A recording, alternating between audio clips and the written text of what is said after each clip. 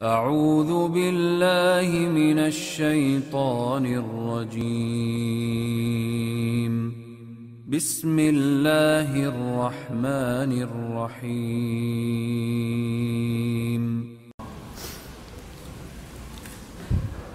Kalau kita melihat-lihat, kemudian kita merenungkan apa yang terus terjadi di negeri kita, musibah demi musibah terus datang. Dia pergi tapi dia kembali. Musibah itu tidak berhenti, tapi yang ada berganti. Beberapa waktu yang lalu di kota Bondowoso ada musibah yang terjadi. Di kota-kota yang lainnya juga tidak berbeda. Dan ada sebuah virus yang ternyata virus ini membuat dunia ketakutan. Entah virus itu besarnya seperti apa,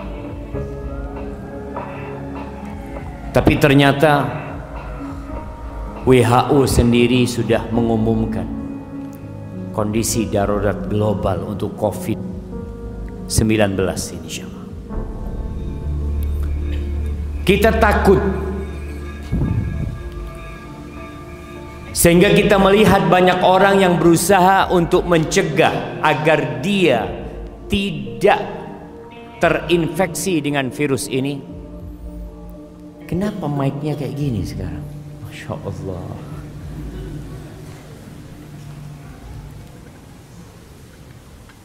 Nah,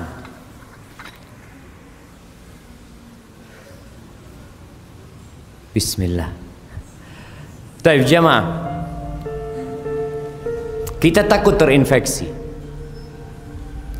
Maka mulai banyak negeri yang berpikir untuk mencegah agar corona ini tidak masuk ke negeri tersebut, dengan cara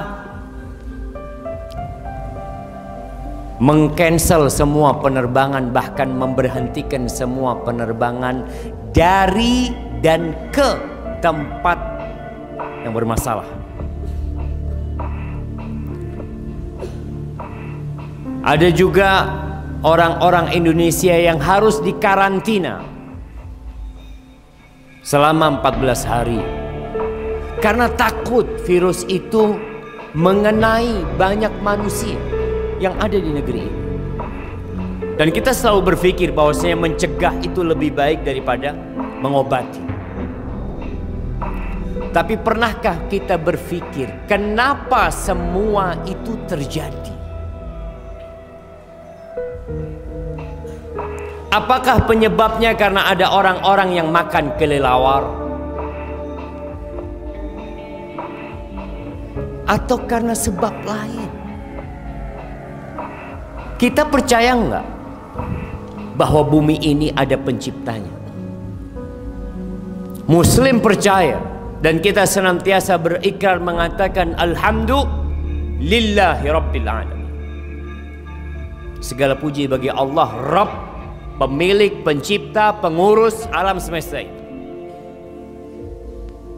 Ketika ada orang-orang yang melakukan pelanggaran di sebuah perusahaan, di sebuah negeri, kira-kira sikap pemerintah negeri tersebut atau bos perusahaan tersebut, apa yang akan dilakukan terhadap para pelanggar-pelanggar tersebut? Dihukum.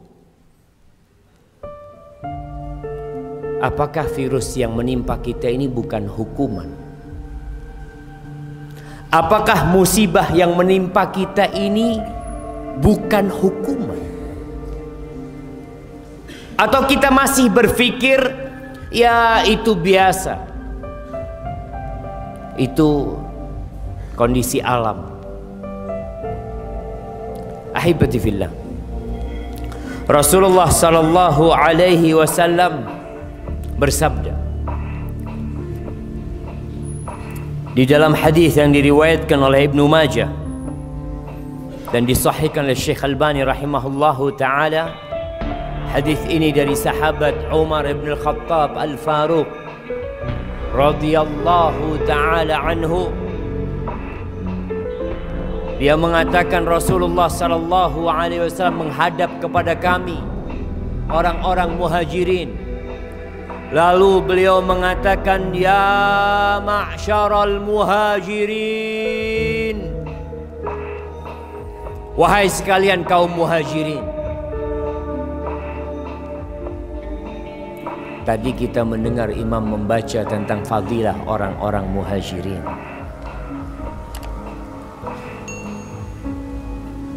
Mereka manusia-manusia pilihan Allah yang meninggalkan negeri mereka, meninggalkan segala kesenangan yang biasa mereka dapatkan. Mereka punya rumah, mereka punya pekerjaan, mereka dihormatin dan dihargai di negeri mereka.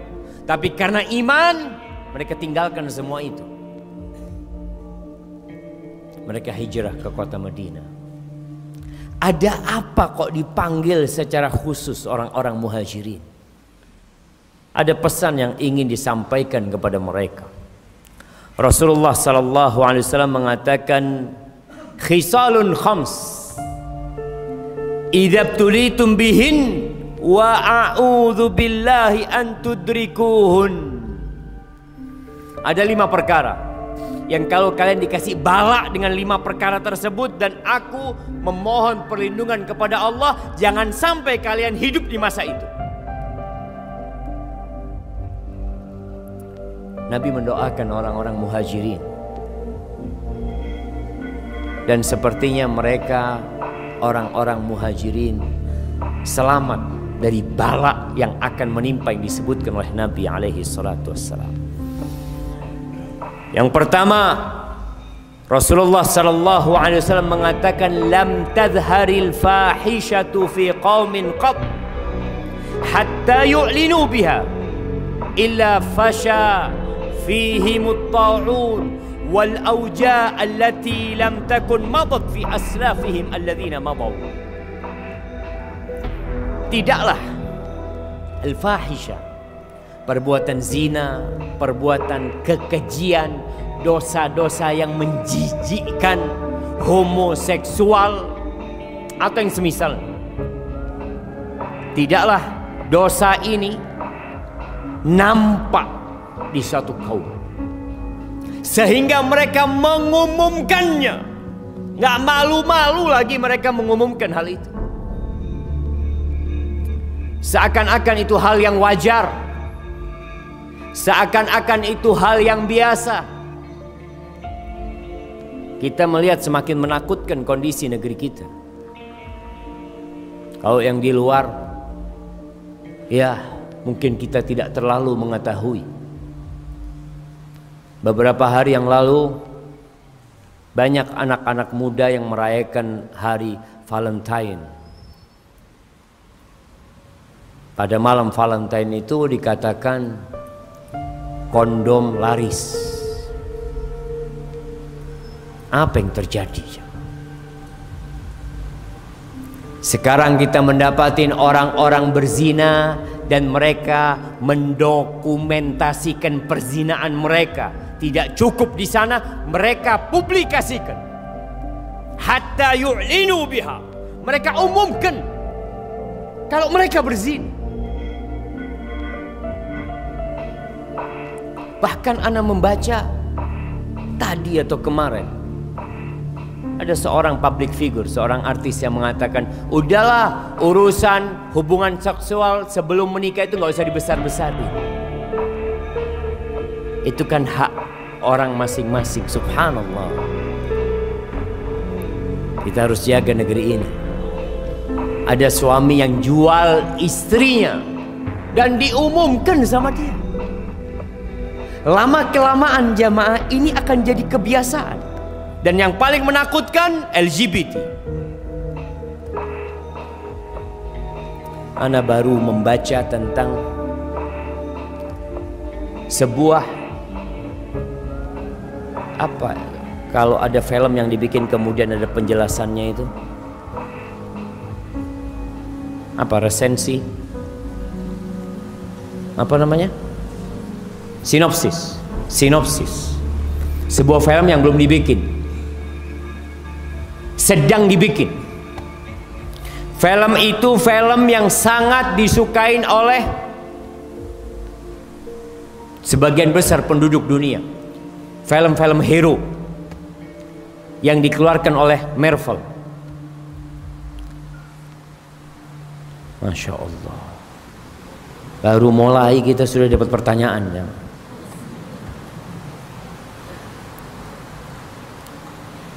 Yang menarik dan menjijikkan, disebutkan di sana bahwa nanti film ini, dan sedang dibikin, sedang digarap, ada adegan laki-laki berciuman dengan laki-laki. Baru pertama aja, film yang disukai oleh mayoritas penduduk bumi ini mungkin, yang menghasilkan uang banyak, yang ditonton oleh public figure, akan menunjukkan laki-laki berciuman dengan laki-laki. Dan disebutkan bahwasanya para kameramen, mereka orang-orang teknis ketika membuat film itu, mereka menangis bahagia sebagai bentuk kemenangan mereka untuk menunjukkan kepada dunia bahwa LGBT legal. Dan itu akan ditayangkan dan akan ditonton, diumumkan sama mereka. Dan kalau kita tidak mengingkarinya, apa yang akan terjadi? Kata Nabi SAW, kalau itu yang terjadi, maka Allah akan menampakkan di mereka, memunculkan di mereka wabah-wabah dan penyakit-penyakit yang belum ada di umat-umat sebelum mereka, yang sudah pergi. Nggak ada. Dulu ada SARS, ada MERS, sekarang COVID-19, entah apa lagi yang akan datang. Kita harus tahu apa sih penyebabnya. Kalau kita beriman bahwasanya bumi ini milik Allah Azza wa Jalla, dan kita tahu tidak ada yang namanya penyakit yang turun, melainkan akan ada obatnya dari Allah Azza wa Jalla. Karena kita tahu Allah pencipta langit dan bumi ini. Dan Allah sudah sebutkan, tidaklah kekejian merajalela sampai mereka mengumumkannya, melainkan Allah akan kirimkan penyakit ke mereka. Lalu apa yang bisa dilakukan oleh manusia? Sampai hari ini 2000 lebih yang sudah tewas karena virus tersebut. Cina menjadi negeri pertama yang paling besar orang-orang yang terinfeksi, disusul oleh Korea Selatan. Ahibati fillah, apakah kita hendak menanti virus itu datang? Atau kita cukup pakai masker? Kita cuci tangan kita? Atau kita cuci hati kita? Banyak di antara kita yang sibuk dengan sebab-sebab duniawi, seakan-akan dia orang yang materialis. Semuanya ya dengan sebab duniawi. Ahibati fillah, Allah Azza wa Jalla, Rabbul Alamin, mengatakan ma asabakum min musibatin illa fabima kasabat aydikum. Tidak ada satu musibah yang menimpa kalian kecuali karena kerjaan kalian sendiri. Wa ya'fu an katsir, dan banyak yang Allah maafkan, banyak. Itu kata Nabi SAW. Yang kedua, lam yanqusul mikyal wal mizan illa ukhidhu bis-sinin wa shiddatil ma'unah wa jawris sultan alaihim. Ingat, bismillah.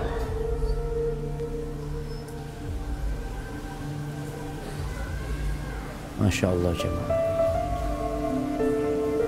Ini mak-mak dijaga anaknya.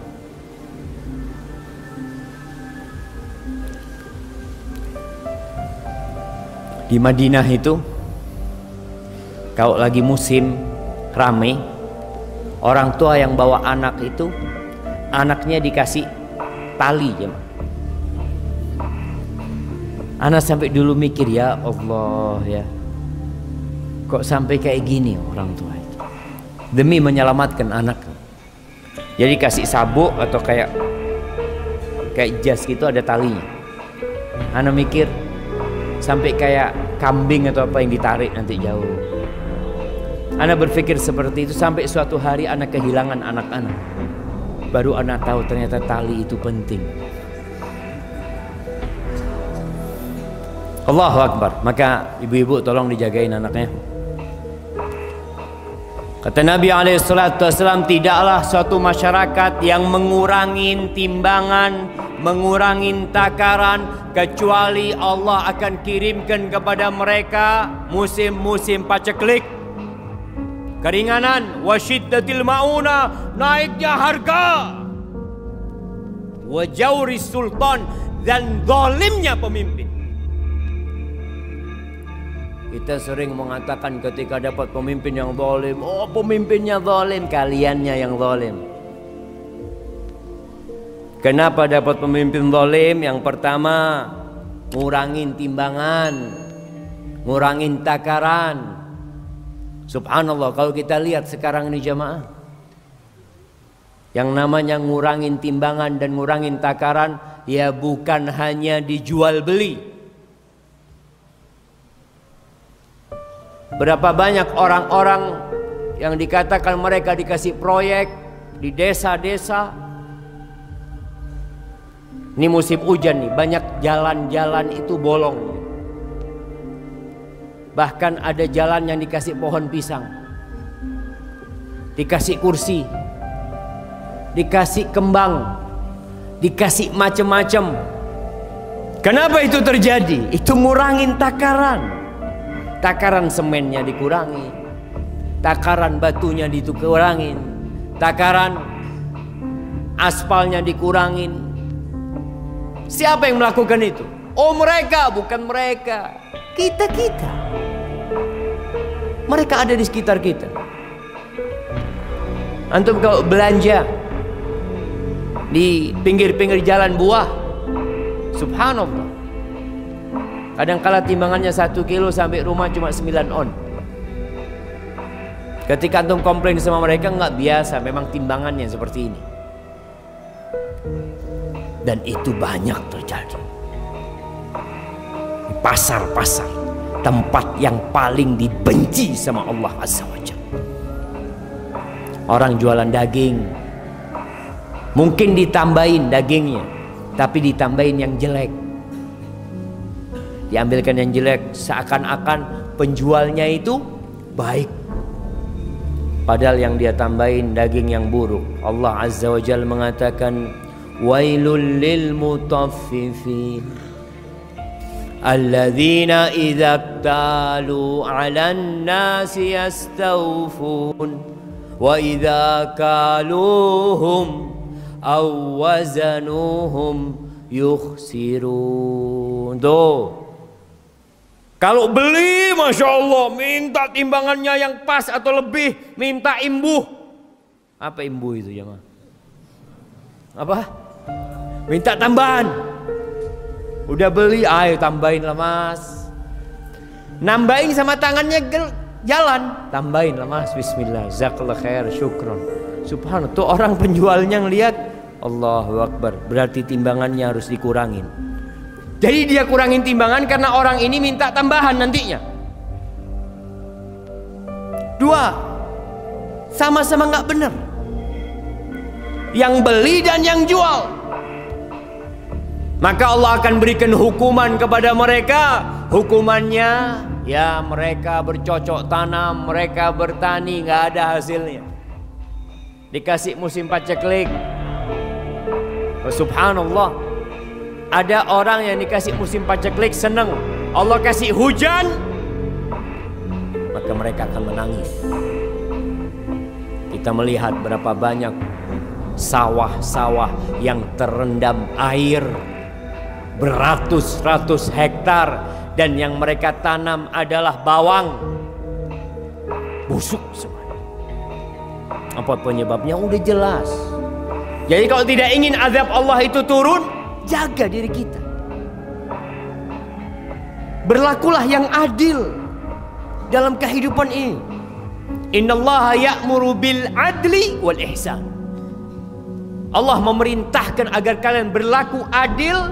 Dan kalau engkau sudah adil, naik tingkatan, jadi orang yang baik.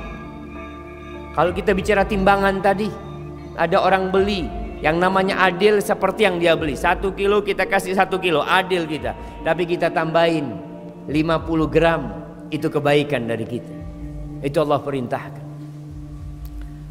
Wa syiddatil mauna.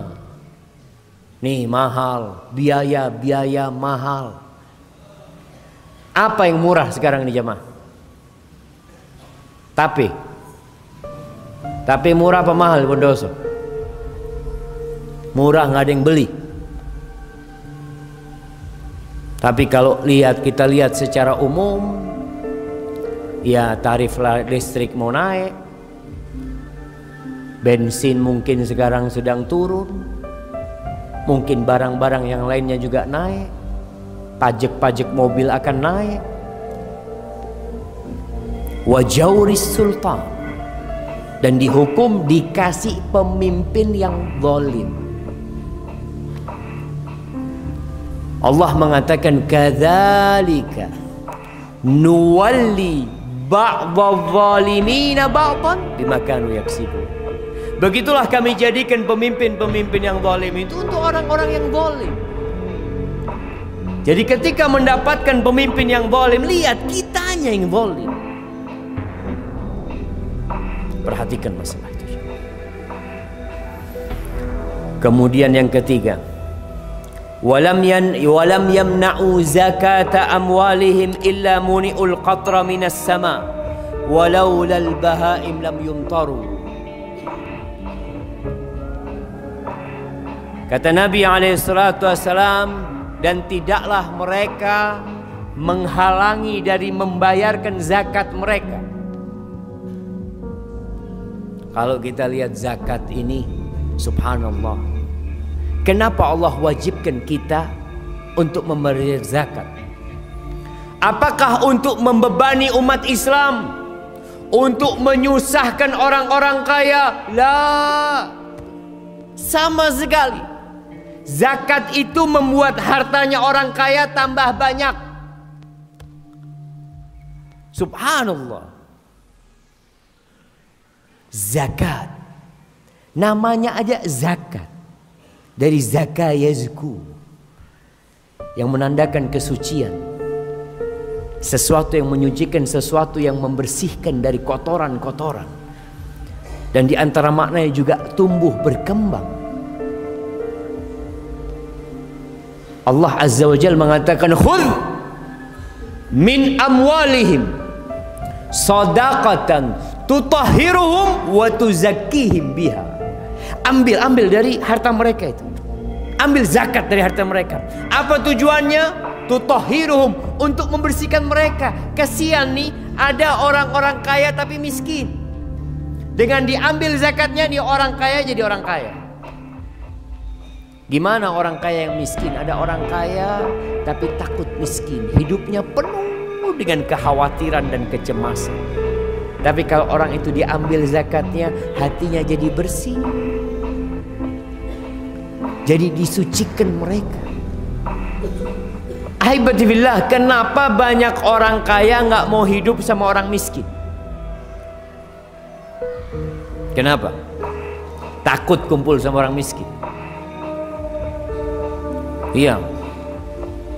karena takut pencurian, macam-macam lah mereka takut. Sehingga perumahan orang kaya kebanyakan itu hanya orang kaya. Hanya orang kaya, dijagain sama satpam semuanya untuk mengamankan mereka. Tapi ketika orang kaya ini rajin berbagi dengan orang-orang fakir miskin, nggak perlu satpam dia jemaah. Terus siapa satpamnya? Orang sekampung jagain dia. Sekampung dijagain. Rumahnya nggak ada pagernya, dijagain sama mereka. Kenapa? Karena semua warga merasa nih orang hartanya juga milik kita. Nih orang nanti kalau punya rezeki, semua orang kampung dapat. Maka doa-doa orang dan penjagaan mereka itu Masya Allah. Dan gak banyak zakat ini, 2,5%, mungkin 5% untuk hasil sawah yang pengairannya berbayar. Gak banyak. Kalau antum punya uang 100 juta, berapa zakatnya? 2,5 juta setahun. Dapat apa? Dibersihkan hati kita, jantung kita nih dibersihkan dengan kita ngeluarin zakat. Antum nggak perlu check up untuk mengetahui jantung anak sehat apa enggak. Kalau antum suka bayar zakat, insya Allah sehat. Kalau mereka tidak membayar zakat mereka, maka hukuman yang akan diberikan kepada mereka, Allah tahan air hujan. Kalau bukan karena binatang-binatang, mereka nggak akan dikasih hujan. Yang kita lihat ketika terjadi hujan di negeri kita, apakah karena Allah sayang sama kita atau karena Allah sayang sama binatang-binatang? Kita nggak tahu ya. Makanya terkadang hujan yang turun itu bermanfaat buat binatang dan balak buat sebagian manusia. Maka kita harus sadar apa penyebabnya. Sekali lagi, mencegah lebih baik daripada ngobatin. Kalau sudah terjadi banjir bandang, berapa kerugian yang harus dibayar? Berapa rumah yang hilang? Berapa sekolahan yang harus dibangun? Ketika terjadi gempa, ketika terjadi musibah-musibah yang kita bicarakan tadi, COVID-19, pemerintah kita itu charter pesawat hanya untuk ngambil mereka. Berapa biayanya? Dan masih ada orang-orang Indonesia yang di kapal pesiar. Apa kapalnya? Apa nama kapalnya aja? Yang ada di Jepang sana, yang mereka mau dijemput. Semua yang bayar pemerintah untuk melakukan itu. Ada apa sebenarnya? Kenapa kita harus keluar uang besar-besaran? Ingat, karena kita tidak mencegah. Dan apa yang terjadi di Cina sudah datang ke Korsel dan dekat lagi ke Indonesia. Semoga Allah menyelamatkan bangsa ini dan orang-orang yang berada di dalamnya dari segala bala dan musibah, khususnya mereka yang beriman. Baik, yang keempat, walam yanqudu ahdallah wa ahda rasulih illa sallatallahu alaihim aduwan min ghairihim fa akhadhu ba'da ma fi aydihim. Tidaklah orang-orang itu mengkhianati perjanjian antara mereka sama Allah. Kita ini punya janji sama Allah. Semua orang dilahirkan di atas fitrah. Kita berjanji tatkala kita masih dzarrah. Allah bertanya kepada kita, alastu bi rabbikum? Qalu bala. Bukankah aku Rabb kalian? Kita ketika itu mengatakan iya ya Allah. Kita punya janji untuk tidak berdoa, untuk tidak beribadah kecuali hanya kepada Allah semata. Dan dalam sholat kita mengatakan iyyaka na'bud wa iyyaka nasta'in. Jadi kalau ada orang-orang yang melanggar, mengkhianati perjanjian tersebut, perjanjian dengan Rasul sallallahu alaihi wasallam untuk taat dan patuh, untuk menjadikan beliau sebagai panutan kita, lalu apa hukuman yang akan diterima? Kata Nabi alaihi salatu wasallam, maka Allah akan jadikan musuh-musuh menguasai mereka dan mengambil sebagian yang dimiliki mereka. Untuk melihat sebuah negeri yang punya kekayaan, lalu datang musuh menjajah, mengambil sebagian yang dimiliki oleh negeri tersebut, yang dimiliki oleh orang-orang tersebut. Mereka kaya, tapi tidak bisa menikmati hasil kekayaan yang Allah berikan. Diambil sama. Kenapa? Ya karena musuhnya kuat. Bukan karena musuhnya kuat, karena kitanya yang lemah.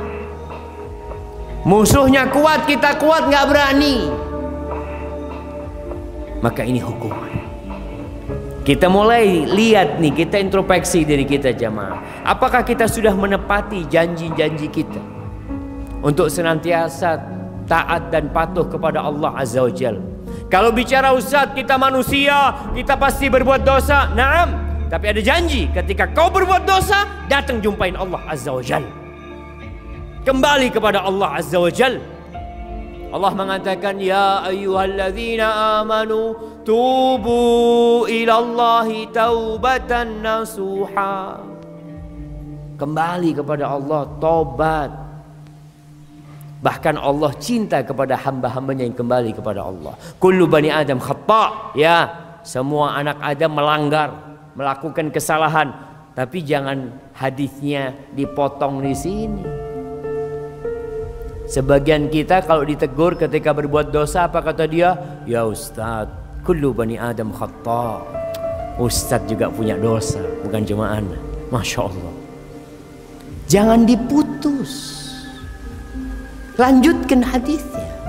Wa khairul khatta'in at-tawwabun. Dan sebaik-baiknya orang yang melakukan kesalahan yang bertobat kembali kepada Allah Azza wa Jalla.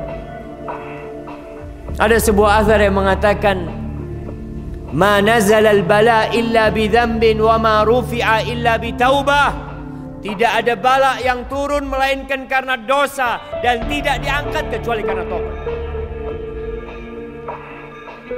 Maka bertobat. Ingat kaumnya Nabi Yunus, bagaimana tatkala mereka bertobat, mereka ditinggal sama Nabi Yunus. Mereka ketakutan. Akhirnya mereka kembali kepada Allah, bertobat, dan semuanya beriman. Nabi Yunus di perutnya ikan.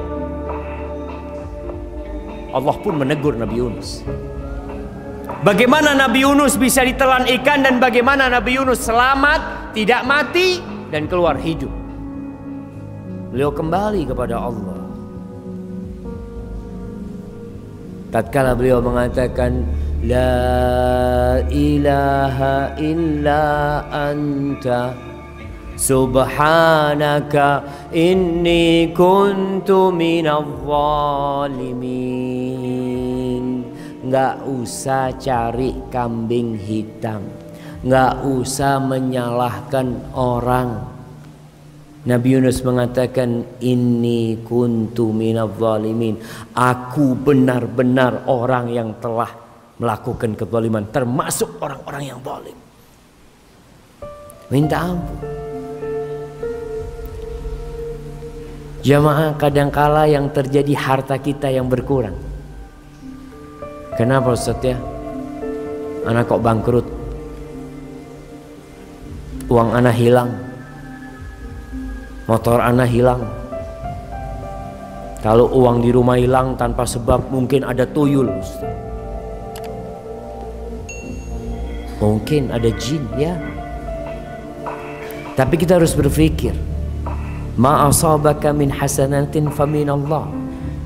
Kebaikan yang menimpamu dari Allah. Wa ma asabaka min sayyi'atin famin nafsik.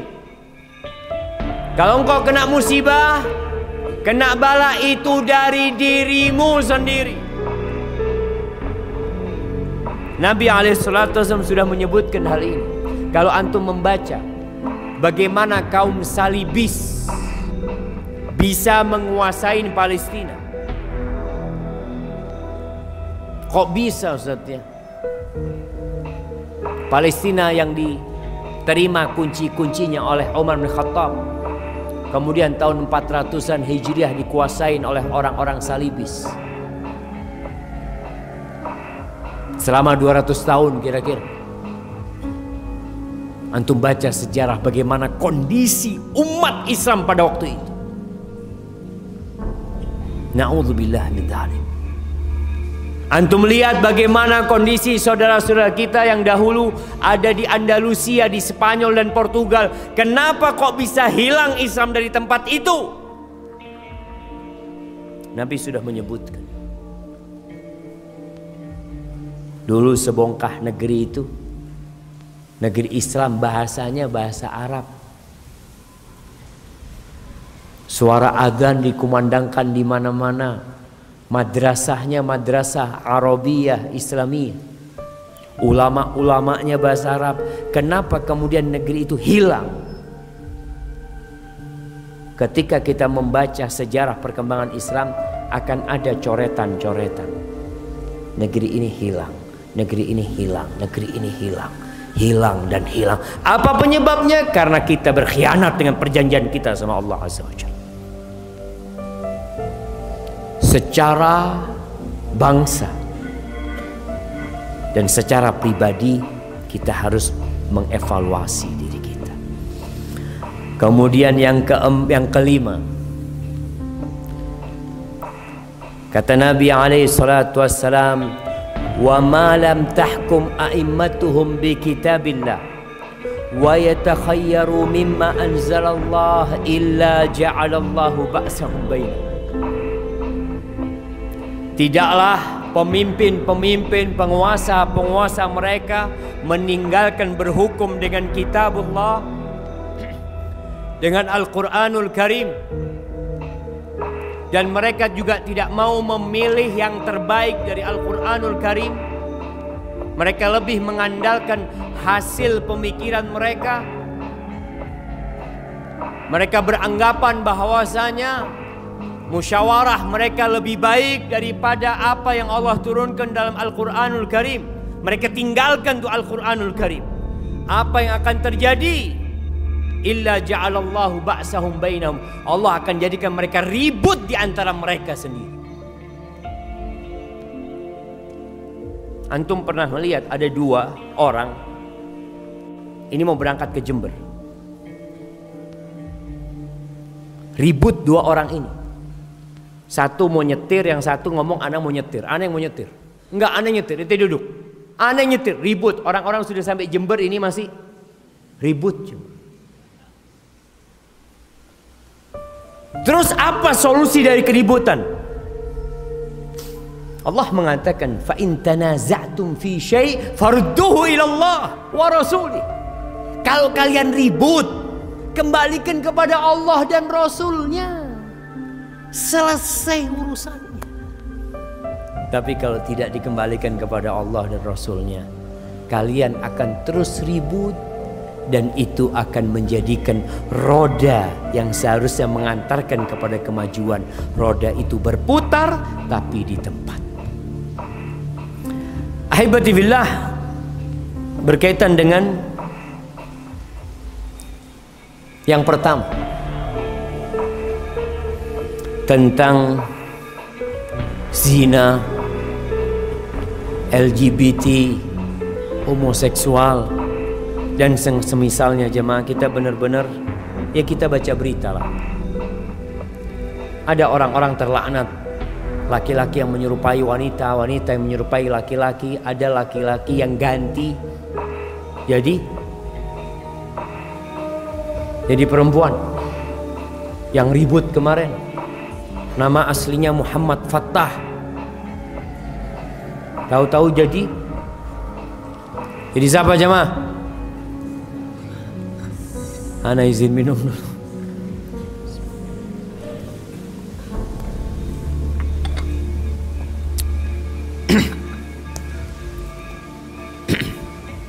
Ahibati fillah, berkaitan dengan dampak dari perzinaan, dampak dari homoseksual dan yang semisalnya. Zina ini termasuk perbuatan yang sangat menjijikkan, merusak nasab,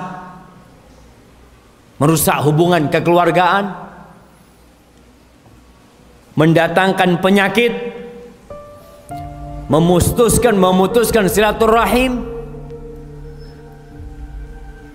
menghasilkan harta yang haram, dan mewariskan kefakiran dan kemiskinan.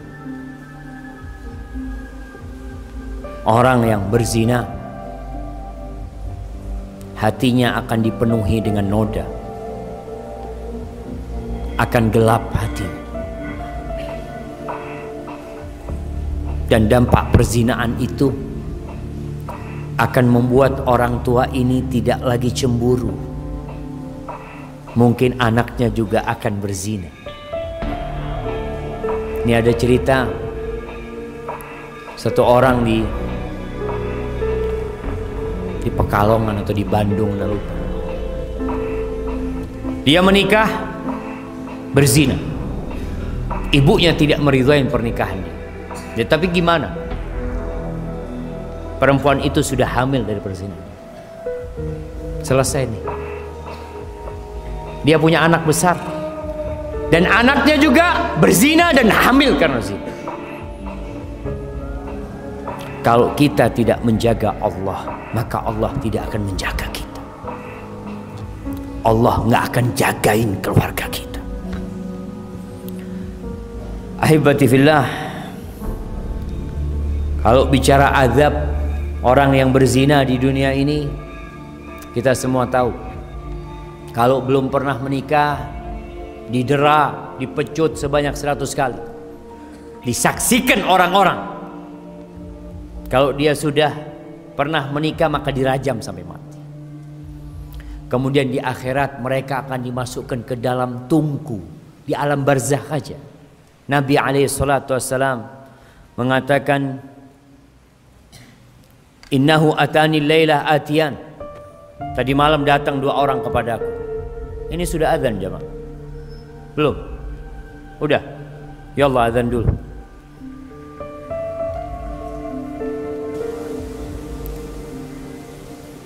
Allahumma salli wa sallim ala Muhammad. Tapi berkaitan dengan azab buat orang-orang yang berzina, yang dia akan melupakan segala kenikmatan yang pernah dia rasakan. Rasulullah SAW mengatakan bahwa dia dibawa oleh 2 malaikat, kemudian melihat wanita dan laki-laki yang telanjang di dalam sebuah tungku yang atasnya kecil, bawahnya kayak gentong gitu jemaah, bawahnya besar. Di bawah sana ada api. Ketika dibakar, ketika apinya menyala, mereka teriak-teriak, tapi mereka tidak bisa keluar. Kemudian api itu meredup, kemudian dibakar lagi. Seperti itu mereka diazab. Lalu Nabi bertanya, siapa mereka? Kata 2 malaikat itu, fa innahumuz zunatu wazzawani. Mereka laki-laki pezina dan wanita-wanita pezina. Na'udzubillah min dzalik. Islam jamaah mencegah agar tidak terjadi perzinahan dan agar tidak terjadi penyakit-penyakit baru. Jadi mencegah ke sana untuk mencegah yang akan datang ini. Salah satunya dengan disyariatkan menikah. Menikah. Yang muda-muda segera menikah.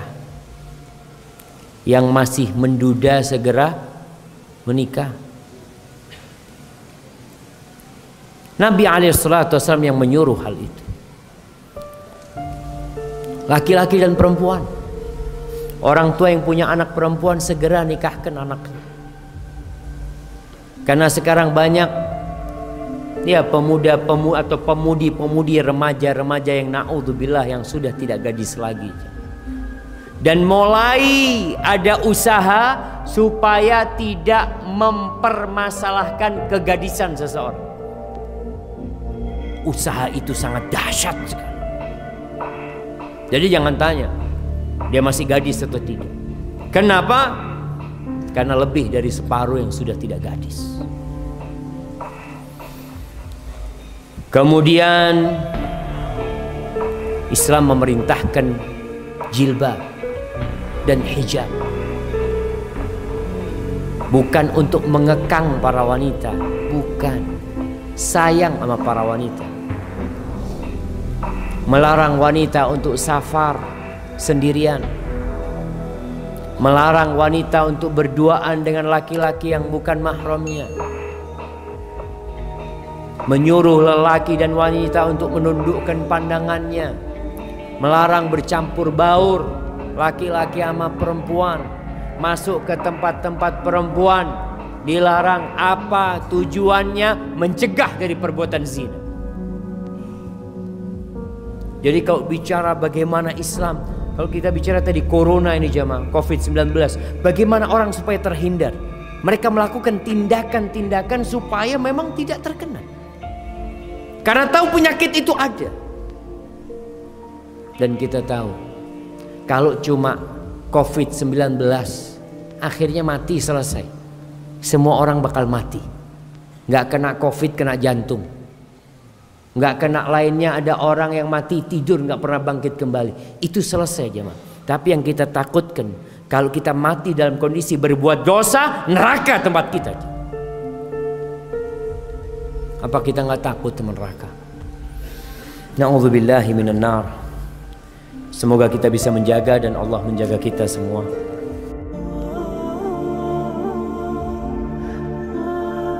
Lalu Ibnu Jauzi berdoa, Allahumma in adzabtani wahdan.